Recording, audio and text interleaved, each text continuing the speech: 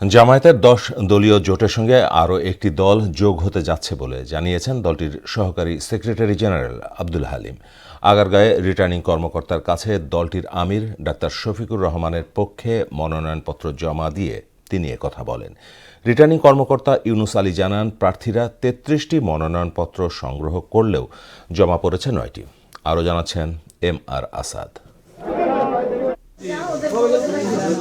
ঢাকা 13 ও 15 আসনের রিটার্নিং কর্মকর্তার কার্যালয় আগারগাঁয়ের নির্বাচনী প্রশিক্ষণ ইনস্টিটিউটে মনোনয়নপত্র জমা দেওয়ার শেষ দিনে আসেন 9 প্রার্থী।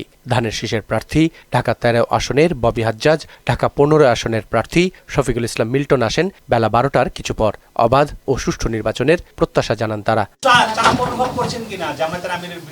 আমি বাংলাদেশ জাতীয়তাবাদী দলের ধানের শীষের প্রতীক নিয়ে নির্বাচন করব। আমি মোটেও চাপ উপলব্ধি করছি না। আমি আমার নির্বাচনের কাজ যথাসাধ্যভাবে জনগণকে সম্পৃক্ত করে করার চেষ্টা করছি। উনি একটা রাজনৈতিক দলের প্রধান, উনি আমার বয়সে অনেক বড় মুরব্বী, উনি ওনার কাজ করবেন। আমি আমার দলের পক্ষ থেকে এবং নেতাকর্মীদেরকে নিয়ে সাধারণ মানুষের সম্পৃক্তার মধ্য দিয়ে জনগণের দুয়ারে দুয়ারে যাব।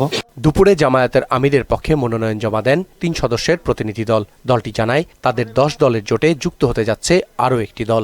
ঐক্যবদ্ধ বাংলাদেশ গড়ার জন্যে ডাক্তার শফিকুর রহমানের স্বপ্ন, আমরা সে লক্ষ্যে কাজ করে যাব।